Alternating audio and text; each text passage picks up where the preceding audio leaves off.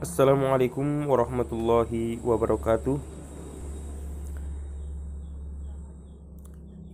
Sabar itu berarti menahan diri pada sesuatu dari sesuatu. Perlu kita ketahui bagaimana kita bersabar.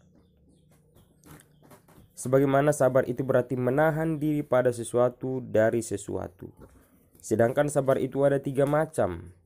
Pertama, sabar dalam ketaatan kepada Allah sampai dilaksanakan. Kedua, sabar dari maksiat sampai dijauhi.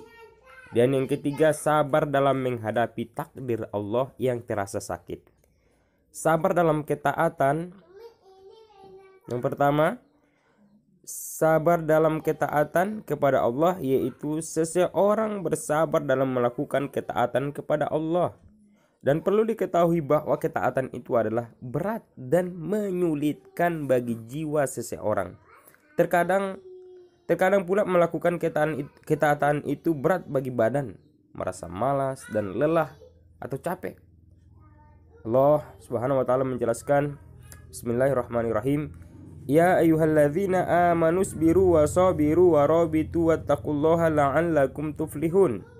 Hai orang-orang yang beriman, bersabarlah kamu dan kuatkanlah kesabaranmu dan tetaplah bersiap siaga di perbatasan negerimu.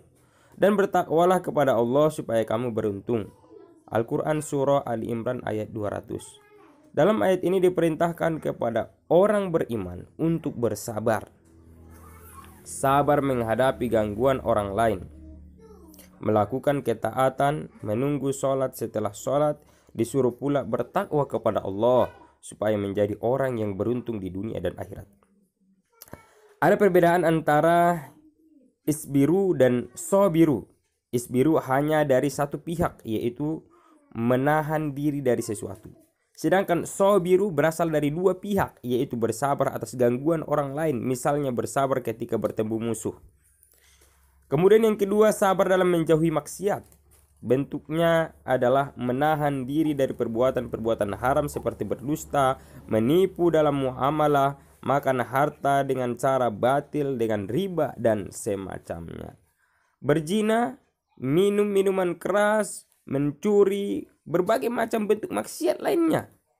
Seseorang harus menahan diri dari hal-hal semacam tersebut sampai dia tidak lagi mengerjakannya.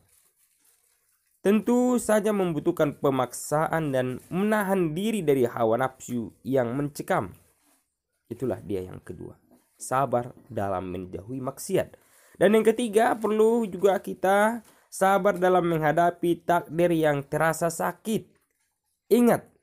Ingatlah bahwa takdir Allah itu ada 2 macam, ada yang menyenangkan dan ada yang terasa pahit. Untuk takdir Allah yang menyenangkan, maka seseorang hendaknya bersyukur. Dan syukur termasuk dalam melakukan ketaatan, sehingga butuh juga pada kesabaran, dan hal ini termasuk dalam sabar bentuk pertama di atas.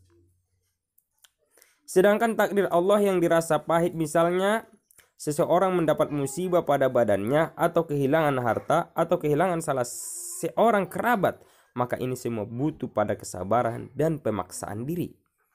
Dalam menghadapi hal semacam tersebut, hendaklah seseorang sabar dengan menahan dirinya. Jangan sampai menampakkan kegelisahan pada lisannya, hatinya, atau anggota badan. Jadi perlu kita ketahui sabar itu pada awal musibah. Ada sebuah riwayat dari Anas bin Malik radhiyallahu anhu, beliau berkata, Nabi Shallallahu alaihi wasallam pernah melewati seseorang wanita yang sedang menangis di sisi kuburan. Lalu beliau Shallallahu alaihi wasallam bersabda, bertakwalah kepada Allah dan bersabarlah. Kemudian wanita itu berkata, menjauhlah dariku. Sesungguhnya engkau belum pernah merasakan musibahku dan belum mengetahuinya. Kemudian ada yang mengatakan pada wanita itu bahwa orang yang berkata tadi adalah Nabi Shallallahu alaihi wasallam. Kemudian wanita itu tersebut mendatangi pintu rumah Nabi Shallallahu alaihi wasallam. Kemudian dia tidak mendapati seseorang yang menghalangi dia masuk pada rumah Nabi Shallallahu alaihi wasallam. Kemudian wanita itu berkata, maaf, sebelumnya aku belum mengenalmu. Lalu Nabi Shallallahu alaihi wasallam bersabda, sesungguhnya namanya sabar adalah ketika di awal musibah. Kita ulangi, sesungguhnya namanya sabar adalah ketika di awal musibah. Hadis riwayat Bukhari. Dan perlu juga kita ketahui balasan sabar itu surga. Allah Subhanahu wa taala berfirman, "Innama yuwaffas sabiruna ajrahum bighairi hisab." Sesungguhnya hanya orang-orang yang bersabarlah yang dicukupkan pahala mereka tanpa batas. Az-Zumar ayat 10. Kemudian Al-Auza'i rahimahullah mengatakan pahala bagi orang yang bersabar tidak bisa ditakar dan ditimbang. Mereka benar-benar akan mendapatkan ketinggian derajat. Kemudian As-Sudi mengatakan balasan orang yang bersabar adalah surga. Tafsir Al-Quran Al-Azim 6:443. Kemudian ada hadis yang muttafaqun alaih, dijelaskan dari Atha bin Abi Raba'ah. Ia berkata bahwa Ibnu Abbas berkata kepadanya, maukah kutunjukkan wanita yang termasuk penduduk surga? Atha menjawab, iya mau.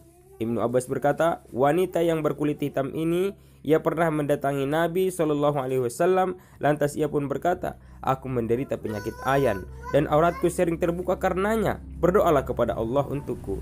Nabi SAW pun bersabda, jika mau bersabar bagimu surga. Jika engkau mau, aku akan berdoa kepada Allah supaya menyembuhkanmu. Wanita itu pun berkata, aku memilih bersabar. Lalu ia berkata pula, auratku biasa tersingkap kalau aku terkena ayan. Berdoalah kepada Allah supaya auratku tidak terbuka. Nabi SAW berdoa kepada Allah untuk wanita tersebut. Bukhari nomor 5652 dan Muslim nomor 2576. Sabar itu wajib, ridho itu sunnah. Perlu juga kita pahami hukum sabar itu. Jika seseorang tidak bersabar maka ia berdosa dan mendapatkan hukuman dari Allah. Adapun ridho Allah tingkatan yang lebih tinggi daripada sabar. Ridho ini adalah tingkatan yang dilakukan oleh as-sabiqun bil akhirat. Maksudnya orang yang bersegera dalam kebaikan. Hukum ridho adalah sunnah dan bukanlah wajib. Jika seorang muslim tidak sampai derajat ridho maka tidaklah berdosa. Apakah perbedaan ridho dan sabar? Ridho itu tidak merasa sakit. Ridho itu tidak merasakan sakit sama sekali. Sedangkan sabar itu seseorang masih merasakan sakit namun ia berusaha menahan hati, lisan, dan anggota badan untuk tetap bersabar, untuk tetap sabar dan tidak melakukan hal-hal yang menunjukkan murka. Keterangan seperti ini tentu diterangkan oleh Syekh Muhammad Shalih Al-Munajjid. Kemudian semoga kita semakin bersabar, semakin bertakwa kepada Allah Subhanahu wa taala. Amin ya rabbal alamin. Assalamualaikum warahmatullahi wabarakatuh.